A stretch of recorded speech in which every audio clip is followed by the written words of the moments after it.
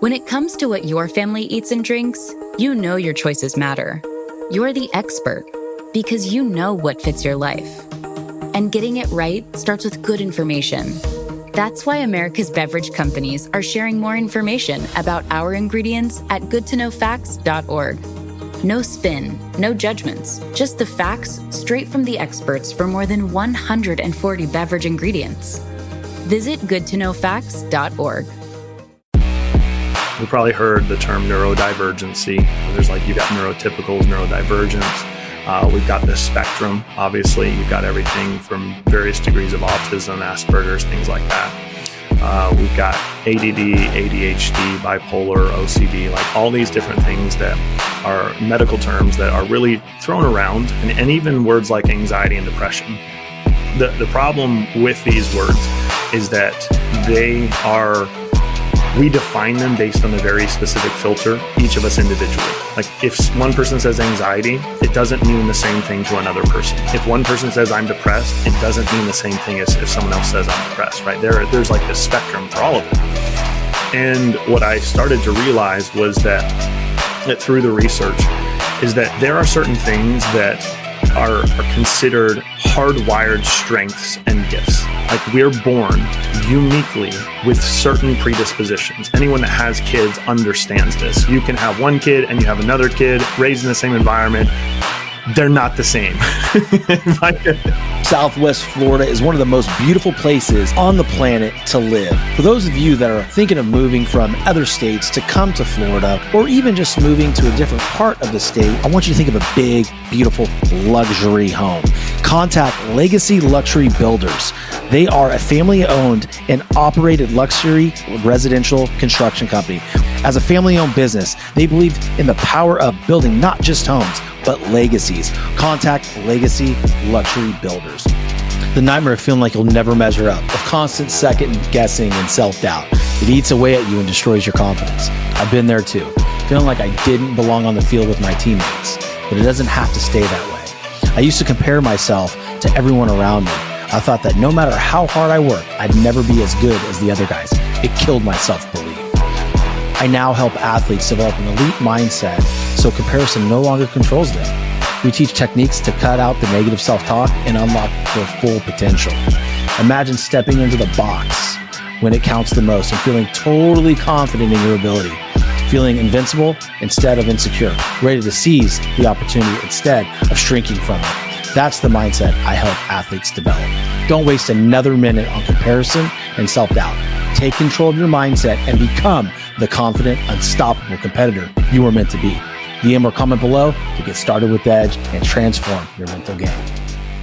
What's going on, everybody? Welcome back to another episode. I am your host, Shawn French, and I have with me today a special person, a man of faith, of fierce empathy. He's actually a fierce empathy coach, a business consultant, a keynote speaker, and he is the founder of the Ardent Man and Fierce Empathy Solutions. He leads with purpose, passion, profit, and peace. I have with me my good friend, David Waldy. What's up, buddy? Shawn French, what's up, my man? It's great to be here, bro. It's great to be here with you, brother. We were having such an amazing conversation pre-recording. And I'm like, dude, we better hit record because we've already dropped some serious fire and the camera's not even rolling yet. Let's not waste it, right? Yeah, man, I'm excited. We're going to have a good combo today. And I hope for everybody listening that you dial in. Shawn and I have talked about some deep stuff, and it's useful things we've found. We were just talking before the show how we're very different in a lot of ways, and we're both weirdos. My family and I, Shawn, we have this word. We call ourselves goobers. It's a lighthearted way to be like, look, I'm different. We're all different. We're all built different. So let's just learn from each other and have some fun and enjoy it along the way. It's so funny, dude, because I can see the reactions of people in my real life and when I'm interacting with people out there in the community, and it's like people can look at me like this is a strange dude. I'm not like a weirdo, like creepy weird, but I'm different. I know I'm different.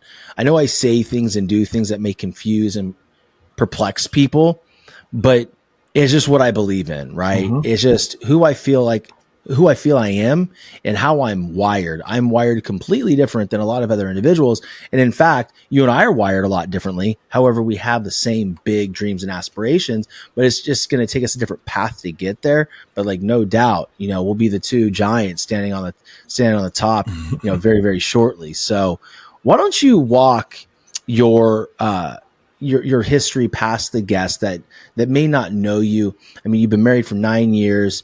You've had 3 failed businesses that you openly speak about, right? And I believe that all failure leads to true, I guess, feedback and future success. So walk everybody through your journey and kind of what has led you to where you are now and what you're doing. Yeah, it's been a wild ride, and God has been in and through it. So that's one theme that people will take away today, I hope, is that all of the success and everything that I've accomplished, my family, my health, my business, the stages that I've been on, it's a humble recognition that all of the things in my life are simply a manifestation of gifts that He gave me. And I'm simply the steward. Like, I'm just the steward of what He's placed inside of my heart. My job is to tap into that potential and lean into that potential every day, because a huge part of my purpose is I want to make the lives of everyone that I interact with better.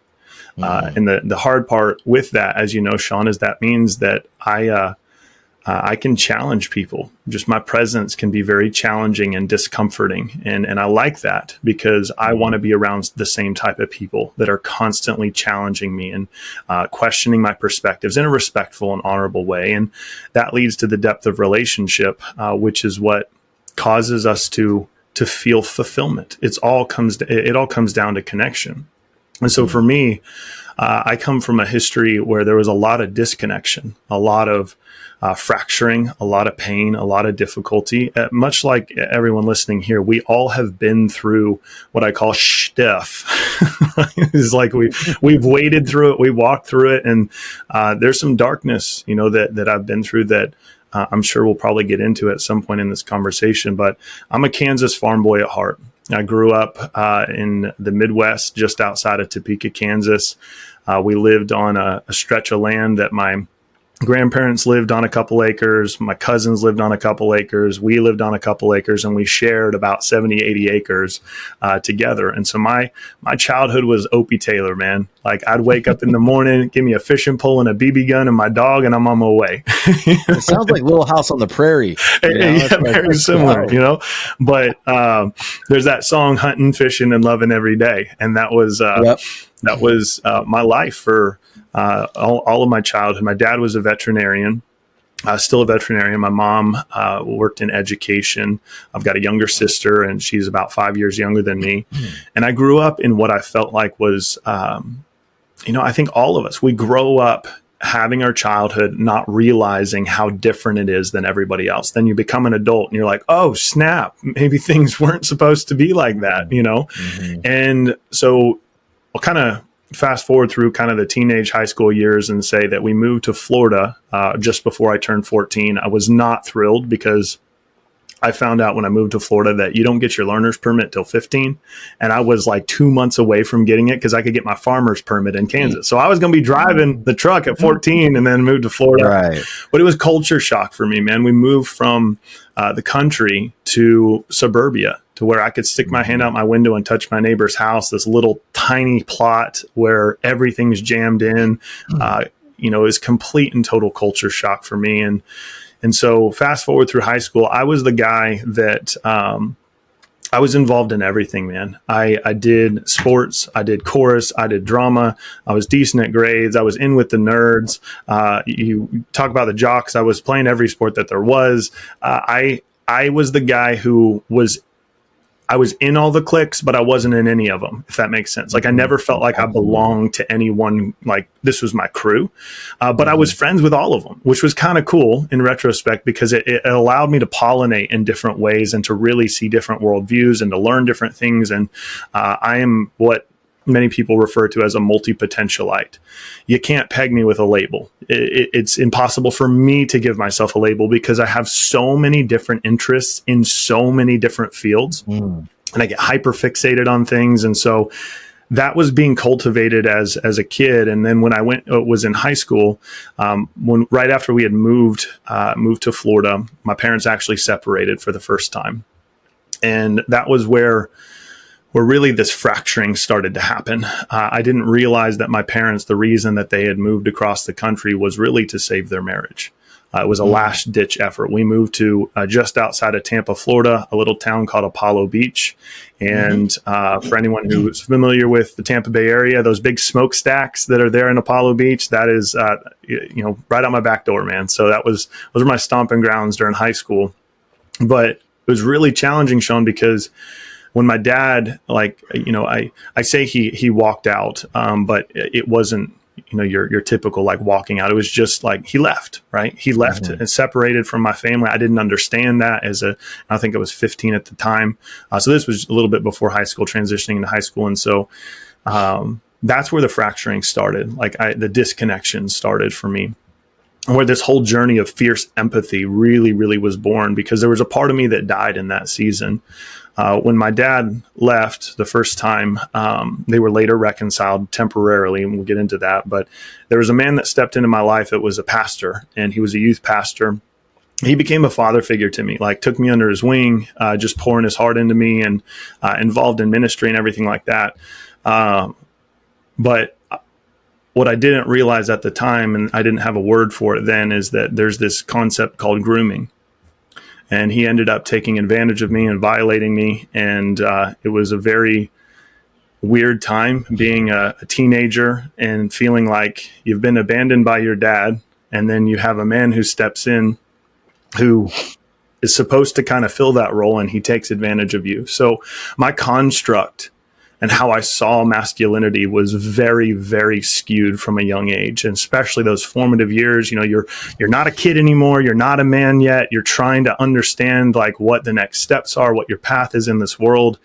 And man, I ended up, when I was 18, I took a trip with a buddy of mine to over to Europe, and we had been kind of contracted to be counselors for this youth camp. They wanted English speakers, and so I got to spend 2 months in Switzerland, France, and Germany just as an 18-year-old, and I got to see and experience the world like I had never experienced it before. And I kind of, I took a plunge down into some things that weren't ideal. It's my first real introduction to alcohol, and I grew up in a traditional conservative evangelical Christian family.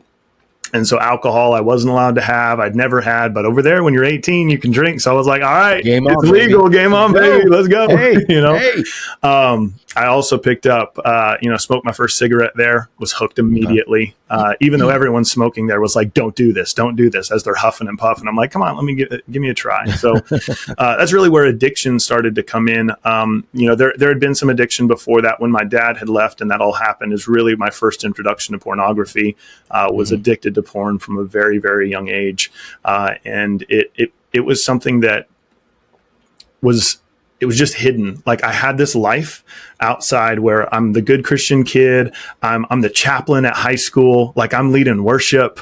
I'm doing all the things, right? I'm playing the sports. I'm in chorus and drama. I'm doing all the extracurriculars. And what I didn't realize, Shawn, was that those formative years, and the reason I'm spending so much time there is because each of us, we oftentimes don't recognize how much we have been programmed by what's happened to us, right? We don't realize that the results, many of the results that we have today, they're really not our fault to some degree. Now, it doesn't mean that we can make excuses. It doesn't mean we can make justifications, because we do have a part to play. But there are things that happen to us that hardwired us to see the world a certain way. And so we talked about this just a minute ago, is that most of us were operating from this place of just default reaction. We just react, we react. And we're not intentionally thinking about, okay, how can I step back? How do I really want to respond in a situation? And so that sent me into really a spiral in my high school years, hiding things, just pretending to be the perfect kid. And that's where I mastered the art of masking.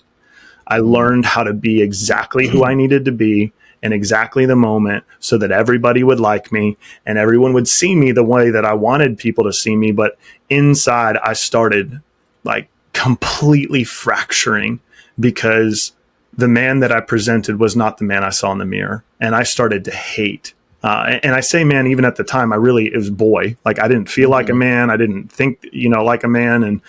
And so fast forward, I decided I was going to go into instead of going to college, I went to is an internship program called South Carolina School of Leadership, which is how I ended up in South Carolina.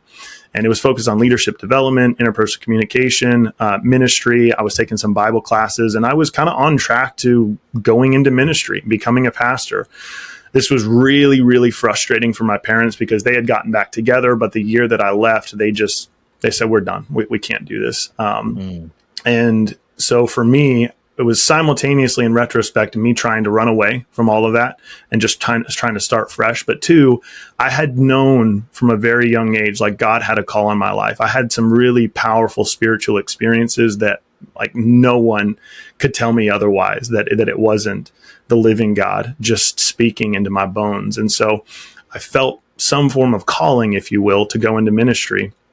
And it was a really challenging season. It was a beautiful season for me. But the reason it was so hard on my parents was because I turned down a full ride scholarship. And they had instilled into me since I was young, like, if you want to succeed, you go to school, you discipline yourself, you get good grades, you do all the extracurriculars, you build out your resume so you can get into college and succeed. My mom was the first in her family to go to college, and my dad was the first in his family to get an advanced degree. And so for me to walk away from that and say, yeah, I'm going to this little tiny internship program in South Kakalaki, and like I'm turning down this is 100% full ride. Any college in the state of Florida. Any college. Oh, through Bright Futures or something like that? Yep. Yeah. Wow. And so that was really hard on them, but I just knew that I needed to lean into something else. And I'll never forget, it was a phone call. I was I think I was 19 at the time. I was working at Starbucks, and I get this call from this man named Darren Heilman. He says, David, we've got this school called South Carolina School of Leadership, and I've been hearing about you. I've talked to your pastor, and I feel like you would make a great fit for it. I'd love to have a conversation with you. And Shawn, this man's voice, it was the first time in many years that I felt like maybe this is a man that I can follow. Maybe this is a man who won't abandon me.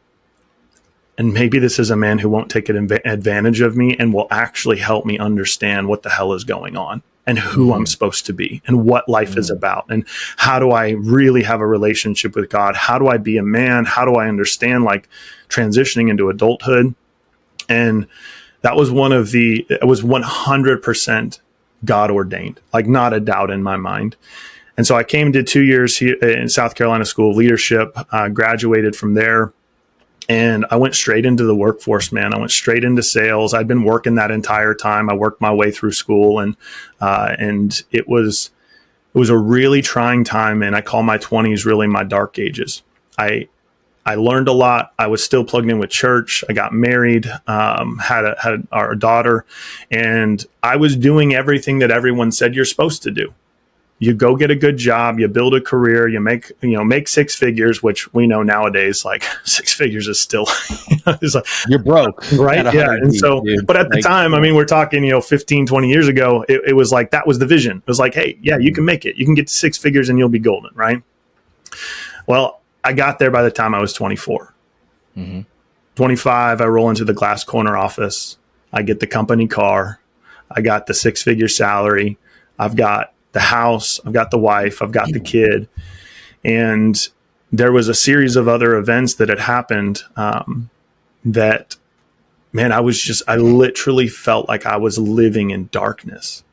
I was just, just going through the motions, being like, okay, one day, I'm gonna break out of this. One day I'm gonna have I'm gonna be successful. One day I'm gonna feel great about myself. One day my marriage is gonna be amazing. One day, I'm all these things. And it was actually not that long ago now. Fast forward to April of 2018, and I found myself on a Sunday afternoon, standing in front of the mirror with a Glock in my hand. And I was about 50 pounds heavier than I am right now. I was working 60, 70, 80 hours a week. my wife and I had a decent relationship, but we were having communication issues, connection issues, sex issues, like just a lot of stuff. I was still dealing with porn. I was still, hiding my smoking and things like that. And alcohol, fortunately, I will say that was a huge thing. Alcohol has never really been like an addiction thing for me, which I'm very grateful for, because I know how devastating it can be, especially if you have a propensity towards that addiction. It is so dangerous. But regardless, I was just a fractured human being, just completely broken inside. And mind you, like I'm still leading worship for the youth group. I'm still plugged in at church. I'm leading Bible studies. I'm doing the whole facade, like complete and total facade. And it was in that moment, Shawn, that God intervened. And I didn't hear him speak audibly, but it shook me to my core and in my bones, because there was a few things that I felt him speak over me in that moment. He said, buddy, I love you. I am with you and I am for you, but I can't fix this for you. And man, in that moment, like to hear that, and to have prayed my whole life, Jesus, just fix it. Freaking fix it. What am I doing wrong? And this mental chaos, this people refer to as cognitive dissonance, and this just disruption of my heart and my emotions, and wondering what in the world I was doing and what it was all for, and purpose and calling and all of this stuff, the expectations and pressures and taxes and your job and all these things. And all of that really came to a head where I was standing there in the mirror, and I felt him say those things. And then he said, buddy, I've given you a head and a heart to use. You get to decide. You get to commit. You get to become. And I remember setting the gun down on the counter and just staring at myself, hating, like everything inside of me wanted to kill the man in front of me. I hated the man in the mirror. And just this overwhelming sense of peace and love, it just filled me from the ground up. And I broke down crying. I walked over to my bed. I just fell in my bed and I just wept. And that was the moment where I realized that I had been putting all of the responsibility for my life on God. God, if you want me to go here, tell me. If you want me to do this, tell me. If there's a problem, you fix it. If I'm dealing with health complications, it's not my fault that I'm eating trash food, chugging energy drinks, smoking cigarettes. It's like, you got to fix this, right? You got to fix this. Jesus, fix it, right? And I realized that I had basically created this version of God that is what so many people create unintentionally, oftentimes, of just like zero responsibility for my life. Zero accountability outside of maybe a handful of guys that, we're still struggling with the same things, but be like, oh yeah, dude, did you look at porn the other day? Well, yeah, I looked at it. Probably shouldn't do that anymore. This isn't good. But not real, like calling you to a higher standard. And so it was in that moment, Shawn, where I realized, and I'll shut up now. We can get into some stuff. There was this moment where I realized that when he said, I can't fix this for you. And it hit me when he said, you get to decide. You get to decide. You get to commit. You get to become. I'm like, become what? You decide. You decide. You decide. And that's where everything shifted, brother. And since that day, I've never looked back in my life. I don't even recognize that man anymore, bro. I don't. First of all, thank you for sharing that with me and the audience listening. I'm rarely speechless. This whole time I'm listening to your story, and I feel like I'm at an event and I'm listening to this amazing speaker speaking about their life. And I found myself just diving into the story and the emotion. I mean, you probably caught me at the beginning with tears in my eyes about, the pastor that violated you. so many emotional triggers in that story. And I just want to let you know I see you and I feel you. And I absolutely love you. I didn't know any of this stuff. And so for the audience that is so used to me coming back with something right away, I got to be honest and be real. I'm struggling with it right now because that was such an impactful and captivating journey of a man who was in the ditch and probably, you know, quite literally living hell on earth to the man you are now. The one thing I would say, you know, I also have a hard time with men, and I don't know if you still do, but I have a hard time trusting men. But I also have a bigger an even more hard time worrying about letting men down. And I think I know where it comes from. For me, it was, you know, my biological father left when I was 2, beat the living crap out of my mom. She was in the hospital. Of course, I don't remember any of it, but subconsciously, I probably, you know, have some, you know, type of lasting effect from it. Then she remarried again. The guy broke her arm, quick divorce, then married my stepfather, who is my father, and, you know, gave me everything that I needed in sports and baseball, to a point where he would take me everywhere, buy me all the stuff, make sure I had the lessons and all the tools to work hard and become a man, and a manly man that doesn't cry, that, you know, just shuts his mouth, puts his head down and works and doesn't complain about anything and strives for perfection, you know. And then ultimately, you know, I don't think he knew any better. I think he was doing the best that, you know, he could do. And when I'm speaking in past tense, the man is still alive. We just don't have a relationship.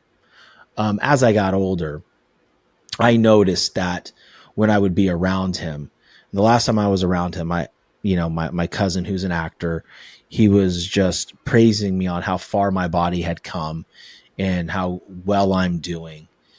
And then in the background, on the other side, my dad is sitting there saying, "Look at him. He's still got a little fat right there. He's still got a little fat. He's still a little fat ass." Yeah. And I'm hearing him, but it's also like white noise in a sense, right? It's just like this background of like, and it's just calling on my childhood. And right then I'm sitting there. This is the first time I've allowed myself to be around him. This is the first time I allowed my wife to be around him. It's the first time I allowed my children to be around him. You know, my two youngest children hadn't even met the man. My son met him when he was 9 months old, and that was it. Came by for like 2 hours and had to leave. We didn't want to spend the night, you know? And then the next thing he said to me set me off. It was, "How's that little podcast going now, boy?" I looked at him. I said, "You don't get to speak to me like that. I don't know who you think you are, but we're done here." I said, "Jackie, get the kids. Let's get their shit. We're out of here." Because I'm not allowing this man right here that's broken in his own right and is so unhappy with himself and the decisions that he's made in his life. And now he transitioned away from his daughter and his son and his marriage. I'm not letting this energy in my life. We're leaving. I haven't spoken to him since. But I still, at the very core of me, is this sad little boy that can't make his dad happy. And it sucks. Because when I get mad at my son for doing something stupid, treating his sisters a certain way, I'm not as hard on him as I am my daughters. I could be mad at my daughters. I could stay mad at my daughters. But the moment that little boy makes me mad, I want to break inside, because I can't stomach him feeling about me the way I feel about my dad.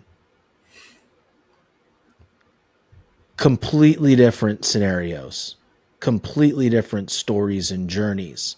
Although I feel as though there's a huge synergy in how men have let us down in our lives. And that's hard. You know, that's really hard for me. You know, so I just wanted to share that with you, and the audience has heard it, but they've heard it in different energies, probably never this calmly. But The other thing, man, what I really caught out of your story, other than the big things, you said thing about you became a master at masking. Yeah. I myself am a king at masking. And it takes that one person to see right through you. And I always talk about her on my show. My friend Chantel saw right through me. She was a client when I was selling her payroll.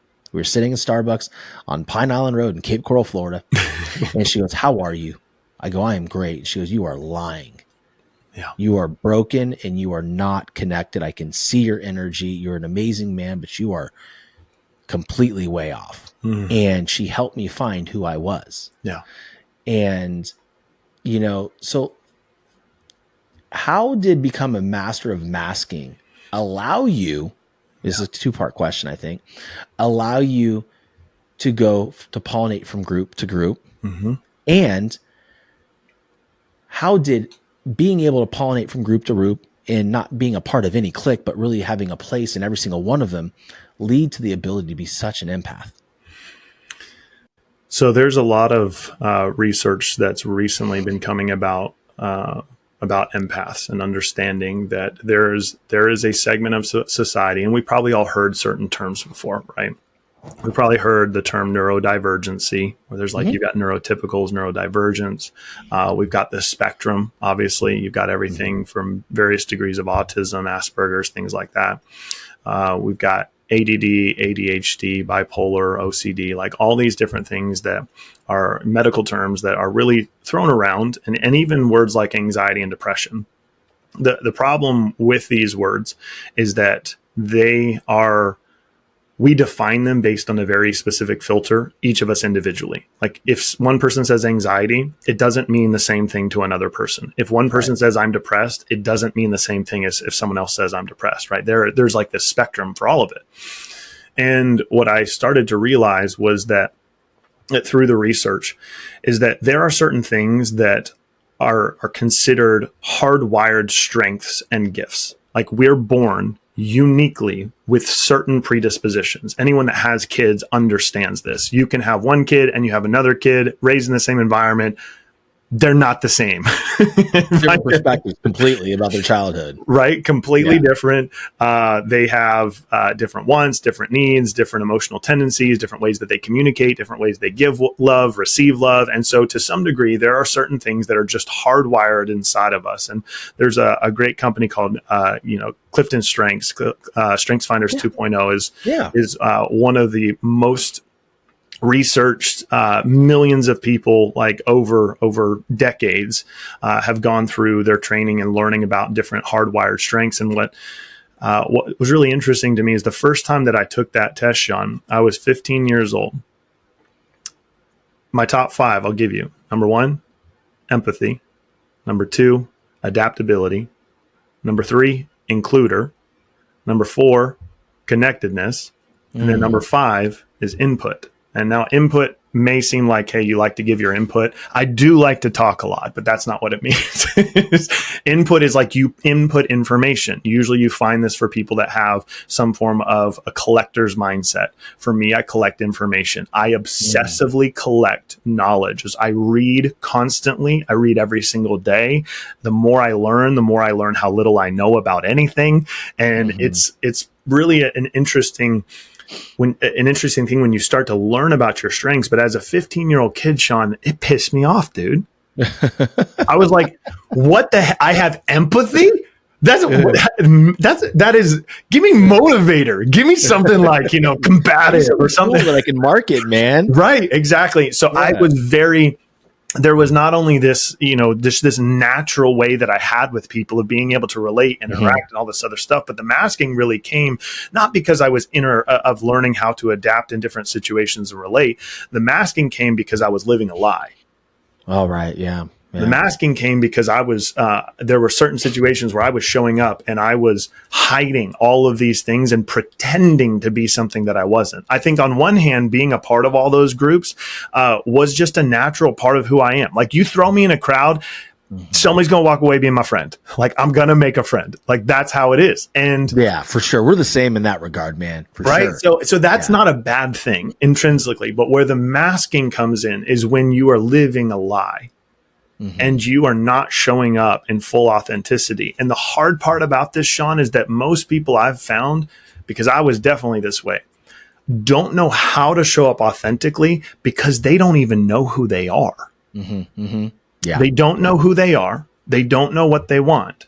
And really, the only thing that they can tell you is what they don't want. So how are you supposed to show up authentically in the world if you don't know who you are? You don't know your core values. You don't have mission and purpose. You don't know what you want. And all you have is a list of complaints and injustices for why this world is a screwed up place. And you're entitled to whatever, right? And so I say all that just for a little bit of context, because this empathy thing for me, like I said, when I was 15, I was mad.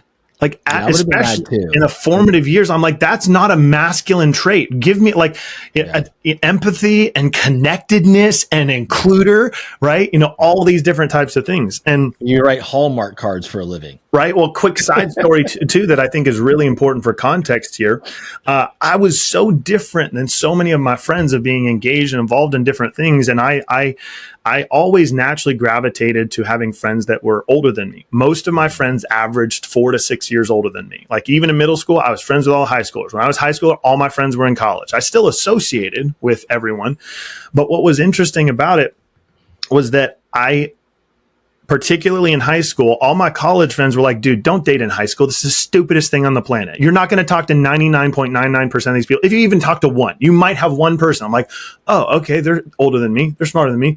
Maybe it's stupid to date in high school. So I decided I'm not going to date in high school.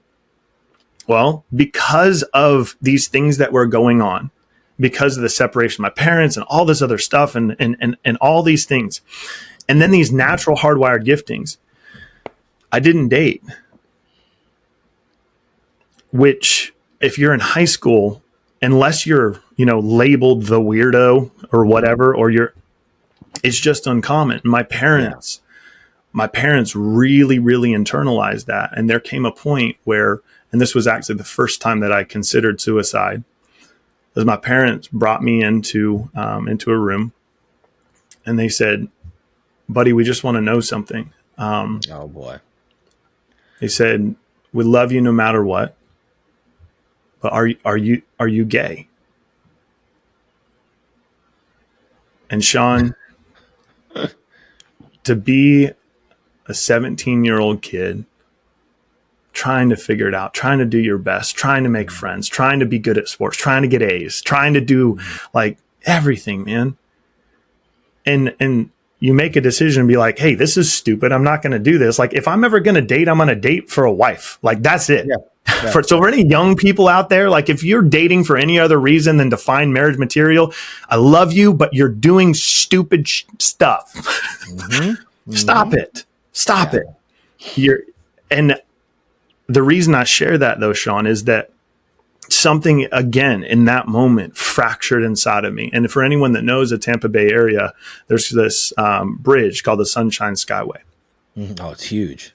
I got in my car and I headed straight for the Sunshine Skyway with one agenda. Agenda. I said, I am done.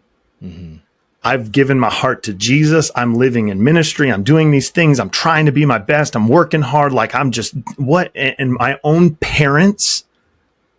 Because what happened was not the fact that they questioned it. It planted a seed. What if I am? What if I'm obviously different from everybody else. And just for context, for everyone listening, to some of us now in our culture, that might not seem like that big of a deal. Then, growing up in a very staunch, conservative, evangelical Christian, that was like saying, I murdered someone. They were asking if I murdered someone, is what it felt like. It was a complete twist. Twist and destruction of what I felt like was whatever character that I had. And so I share that just for a little bit more context, because in the midst of this, I started nobody knows who I am. My parents don't even know who I am. Everyone is wondering who the hell David Waldy is, and David Waldy doesn't even know. And so there's just this chaos, and you fast forward, and it's funny because over the course of 15 years, I took that same StrengthsFinders test. You know what my top 5 are? The exact same freaking thing, Shawn. They're still the exact same thing. My number 1 is empathy. And what I realized, though, and this is for all of you listening, there are certain things that are hardwired into you that you resent about yourself that intrinsically are beautiful and good, and you will not find what you are looking for until you stop resenting those things and learning how to turn them into something good. Learn how to leverage those, mitigate your weaknesses, but maximize your strengths. And for me, I realized that these words that we use, like for me, meaning is so important. The words that we use, context, nuance, all this stuff. This is why I struggle with social media, Shawn, is because everything's out of freaking context. And I'm like, don't get me started. Don't even get me going on that. And what I started to, after that series of, my 20s, like, and then ending in the bathroom, I realized that I didn't know who I was. I didn't know what I wanted. All I knew was what I hated and what I wanted to change, what I didn't want. And so I went through this process of complete rediscovery. I got plugged into mentors. I hired coaches. I started getting into rooms where I felt like I had enough awareness to say, okay, the results in my life are nothing like what I want. So who has similar results in their life that I would want in my life? And how can I emulate them? How can I plug in with them? I remember there was a season, Shawn, for almost an entire year. I was in outside sales. I would be in and out of nursing homes, retirement facilities. I had one agenda, and it wasn't to make the sale, although I made a lot of sales just because this was my one agenda, was to ask them about their relationship and how they created an incredible marriage. So I would look for the old people that are sitting there and they're like, 80s and 90s and just holding each other's hands. I'm like, hey, how long have you been married? We've been married 63 years. And And I was like, tell me, what did you do? What did you do? Tell me, because everyone else has obviously got this screwed up. You've been together your entire life. I want what you have. I want that. How did you create that? And so I started looking for people that had the results in their life, and I started curating the influences in my life.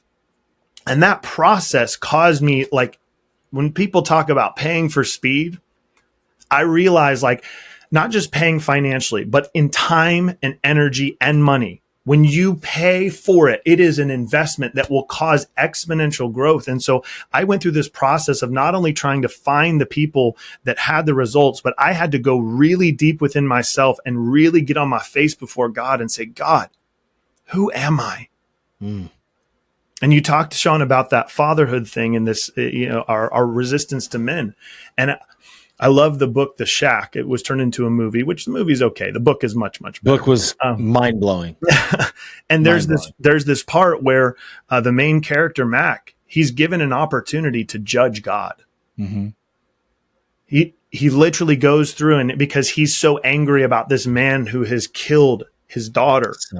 And then he goes through this series like, well, what about his father? And what about his father? And what about his father and his father and his father? And you go all the way back until you get to God. And then it's like Mac loses it. And he's like, God is to blame. This is his fault. And I had to come to that place for myself. And what was beautiful, and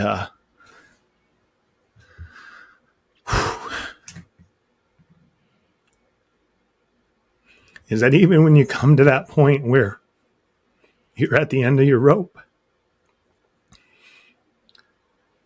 and even blaming and cursing God. And there, I'll tell you, that scene was in my truck. There was a couple dozen F words and every other thing you can imagine in between, directed straight at God. I'll try and keep it PG-13 for us here. Well, you know my show. I was so angry, and all I heard, Shawn,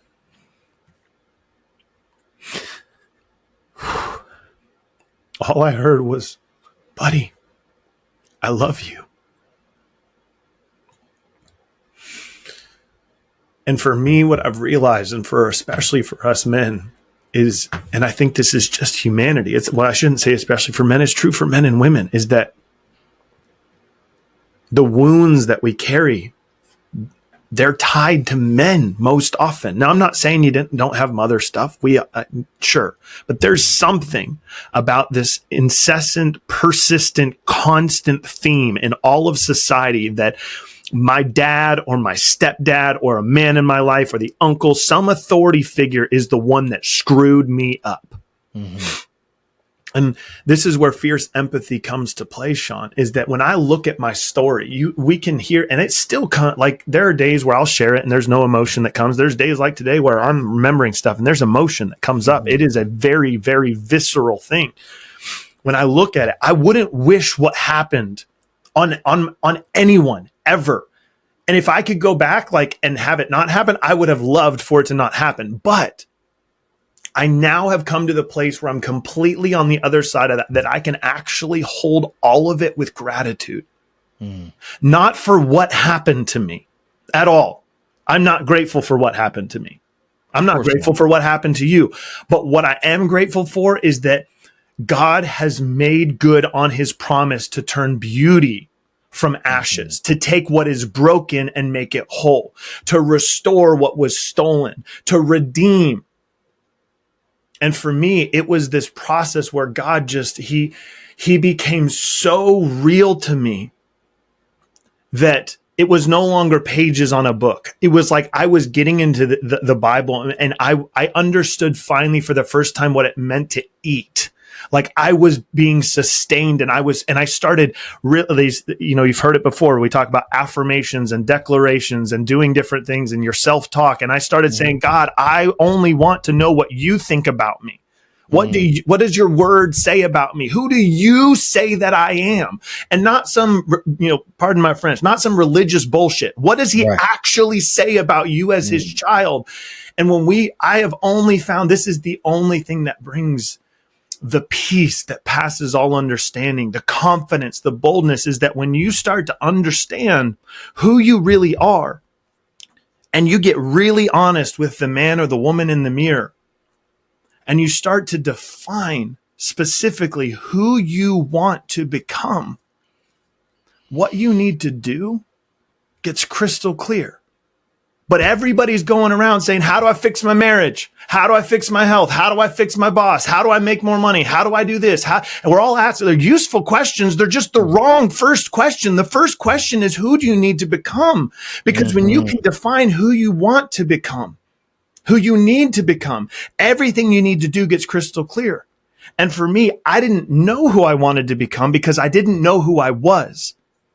And I had to go back to the beginning and say, God, who do you say that I am?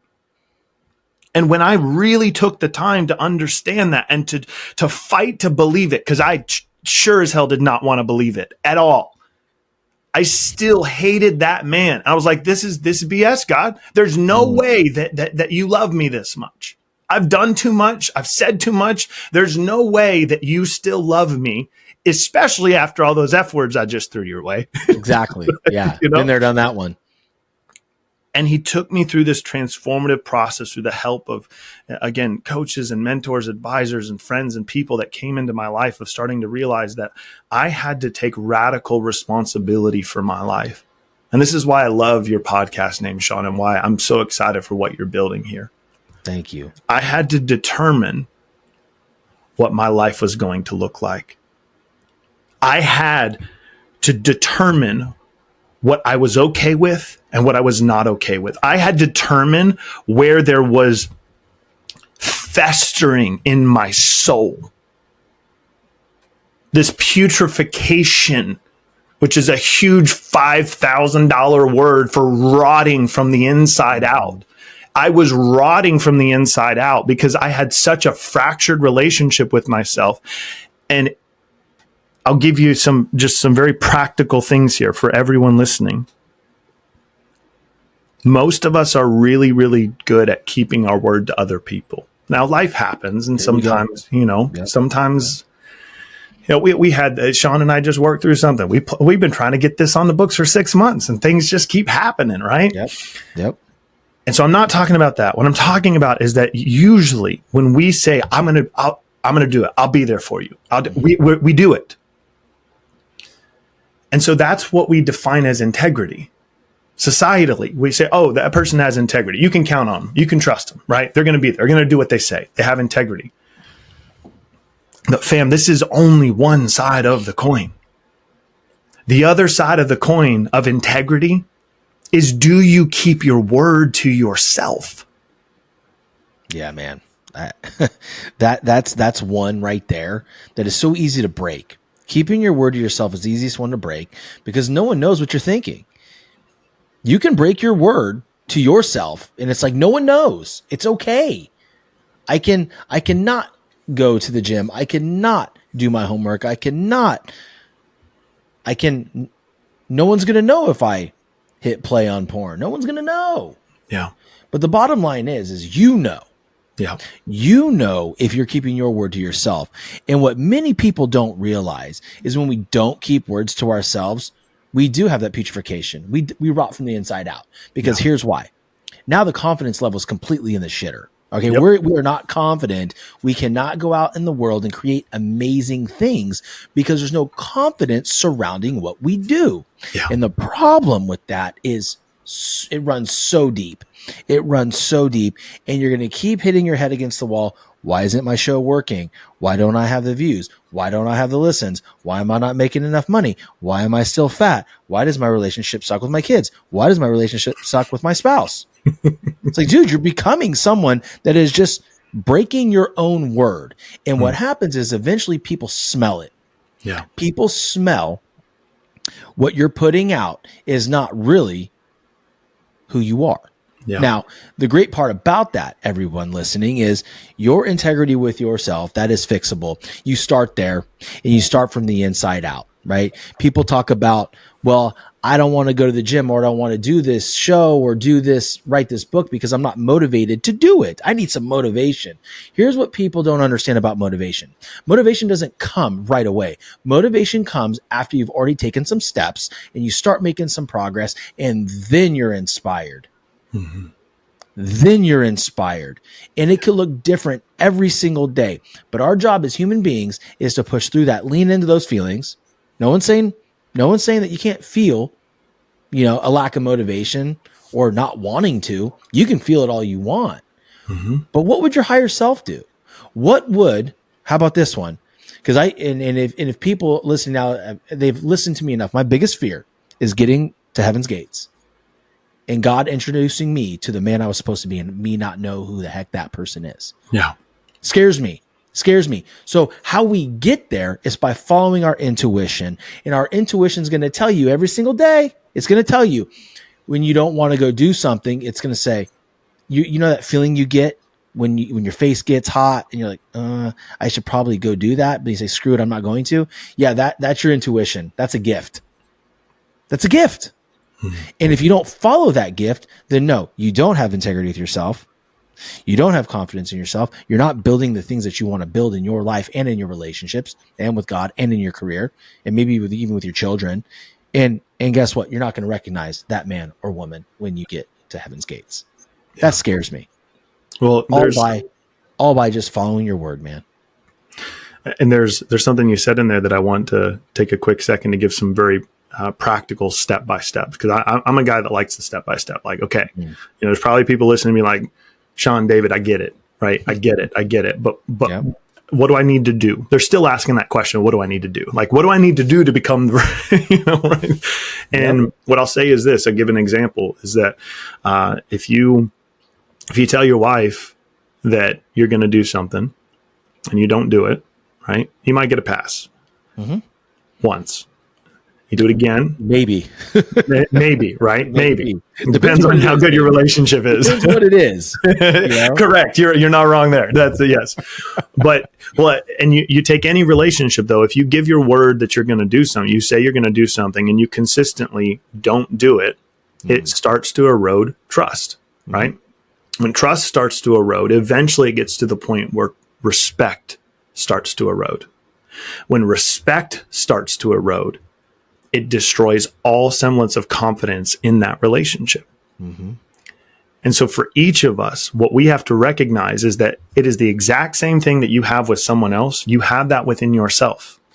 I'm not going to snooze tomorrow. I'm going to get up and go to the gym. And then you snooze and you don't go to the gym. Guess what you just did?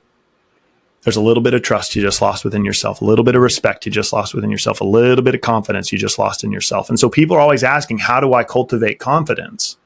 And confidence requires, first and foremost, courage. Mm-hmm. Courage is the prerequisite to all confidence. You got to do this shit scared.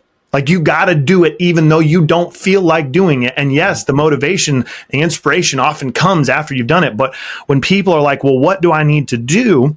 The first thing is that you got to pick something small that you can commit to. I don't care if it's something as simple as I'm not going to snooze tomorrow. Like, that's it. And I'm not going to do it. If you can get that one win, and then say, sweet, I did it. It's just what they teach. It's what they teach in any form of addiction rehab. Just focus on this minute, this hour, this day. Don't say, I got this goal. I'm not going to snooze for the next 30 days. Yeah, you are. You're setting yourself up for failure. Just focus on the one time. Start recultivating trust within yourself by saying, okay, I did the thing I said I was going to do. It wasn't that hard, but I did it. I did it over and over and over and over again. And here's the most powerful component of this entire thing. And Shawn, I know you probably know this. I hyperfixate on the weirdest things. And one of those is neuroscience and understanding how and why we make decisions and what fuels our reactions and responses to life, why we are the way that we are and why we do what we do. And so for all you nerds out there like me, you want to literally change how you see the world. You want to change your mind. The only way, there's two ways. There's two ways that we transform our mind. And it's funny that the Bible says, be renewed by the transformation of your mind, not your heart, not your spirit, by your mind. Scientists have now proven that you do something consistently that you don't feel like doing for a period of 21 to 90 days. It's somewhere in there. It depends on the person. It's some people, it can be 21, some people it's 90 days. It used to, there's a lot of differing opinions on it, but the research actually says between 3 weeks and 3 months, you do something hard you don't feel like doing consistently. It will literally create a new neural connection in your brain. Your brain will be hardwired differently than it was before, and you will become a different human being than you were before you started doing that thing.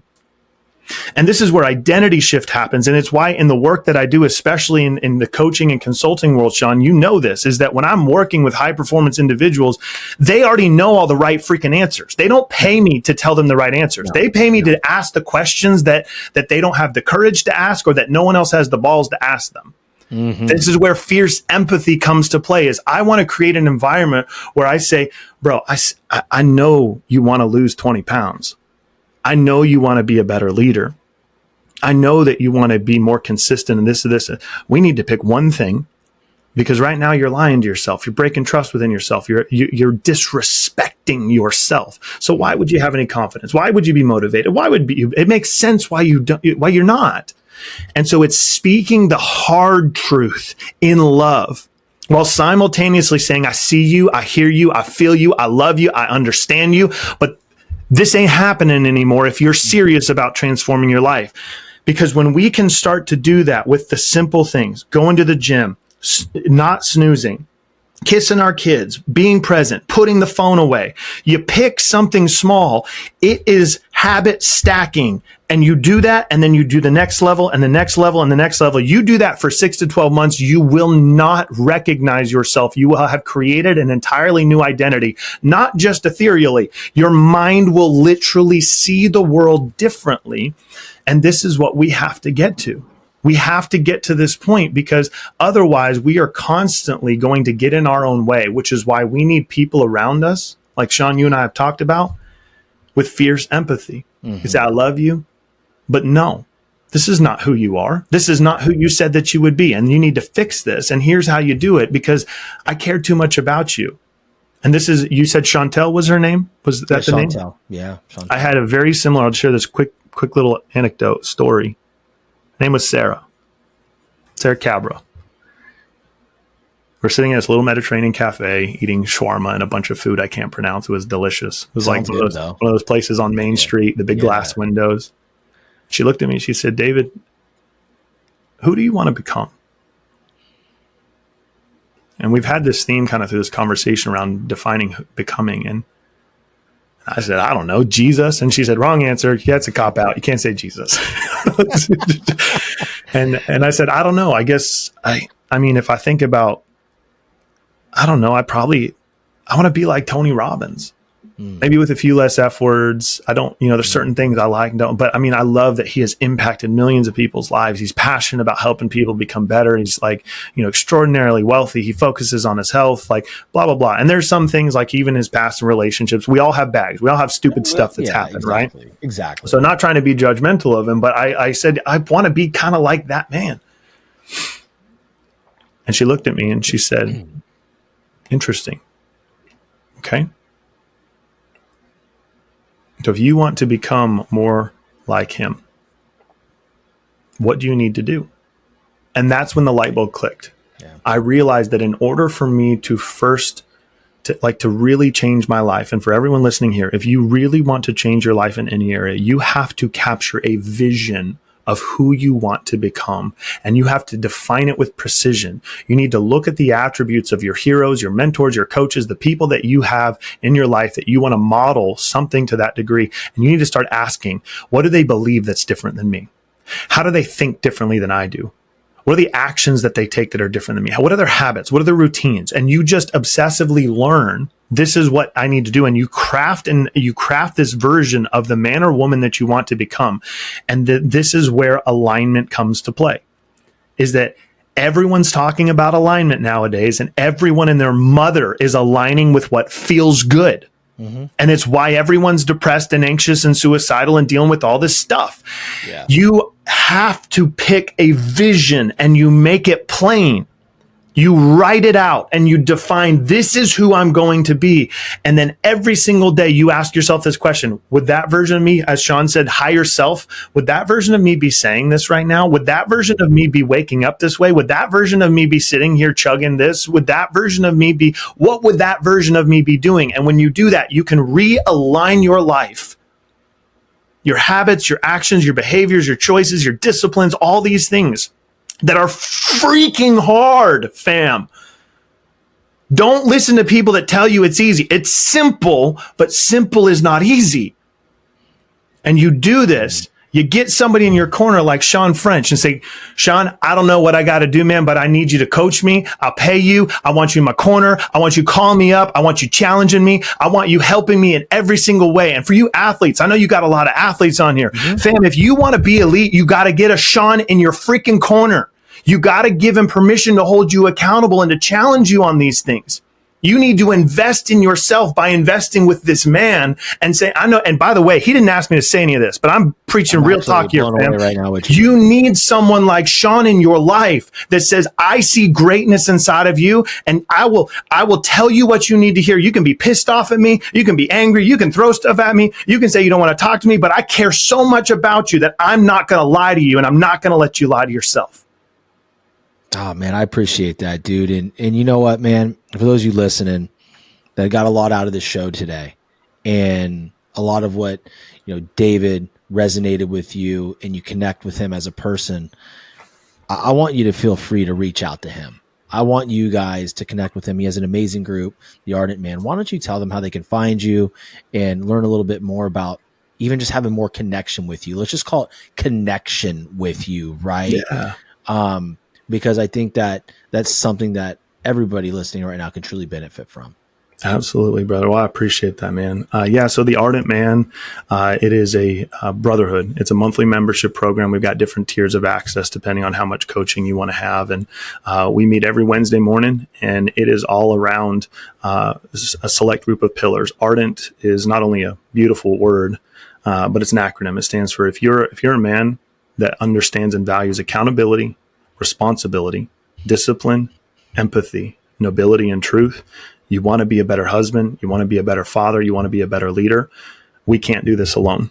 That's where that community comes in, is helping us up level in every single area of life, all 7 sectors of life. There's 7 sectors to every single one of our lives. And very few of us are intentionally working on each of those in a systematic way. And so that's why that brotherhood exists, is for us to, we are imperfect men. So if you're perfect, Don't ask. You're not welcome. Don't ask. Don't come.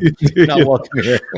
But outside of that, yeah, most of, if anyone wants to connect with me, I mean, most of my actual like clients, I work with business owners in a variety of consulting advisory capacities. But if you just want to jam, like if you need resources, you need books, you want podcasts, like just shoot me a DM on Instagram and be like, yo, David, heard you on Shawn's podcast, The Determined Society. I'm at this stage in life. What would you recommend? Fam, I will personally respond to it. I personally respond to every message on Instagram. I can't get to all social media all the time. I'm a busy man, very intentional with my time. Shawn knows that.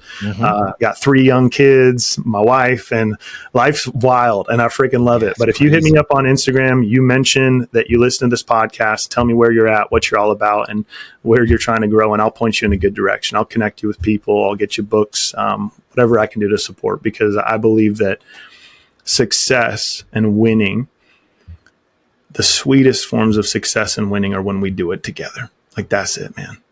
Yeah, man. What is the saying? If you do it alone, you can go fast. If you do it alone, you can go far. I mean, you do it together, you go further or go far, something like that. And I'm butchering the actual quote, but it's true. It takes a village, like all these cliches that everybody talks about. I'm going through a massive growth opportunity now, and I didn't do it alone. And there's a lot of hands in this, and there's a lot of things going on. So reach out to David, and guys, I want to encourage you. If this show moved you, please share it on your social, share it with a friend, tag me and Shawn. We'll reshare it. Tag us. I mean, heck, even do it behind the scenes. Just copy the link on Apple or Spotify and send it to someone you love that can be blessed by this episode. And we love you. I appreciate you guys. And again, David, thank you for coming on and delivering such an amazing conversation with me. I'm blown away about how amazing this was. Not surprised, still blown away. But until next time, guys, keep your word to yourself and stay determined. Talk to you soon. Southwest Florida is one of the most beautiful places on the planet to live. For those of you that are thinking of moving from other states to come to Florida, or even just moving to a different part of the state, I want you to think of a big, beautiful luxury home. Contact Legacy Luxury Builders. They are a family-owned and operated luxury residential construction company. As a family-owned business, they believe in the power of building not just homes, but legacies. Contact Legacy Luxury Builders. The nightmare of feeling like you'll never measure up, of constant second guessing and self-doubt. It eats away at you and destroys your confidence. I've been there too, feeling like I didn't belong on the field with my teammates, but it doesn't have to stay that way. I used to compare myself to everyone around me. I thought that no matter how hard I worked, I'd never be as good as the other guys. It killed my self-belief. I now help athletes develop an elite mindset so comparison no longer controls them. We teach techniques to cut out the negative self-talk and unlock your full potential. Imagine stepping into the box when it counts the most and feeling totally confident in your ability, feeling invincible instead of insecure, ready to seize the opportunity instead of shrinking from it. That's the mindset I help athletes develop. Don't waste another minute on comparison and self-doubt. Take control of your mindset and become the confident, unstoppable competitor you are meant to be. DM or comment below to get started with Edge and transform moving forward.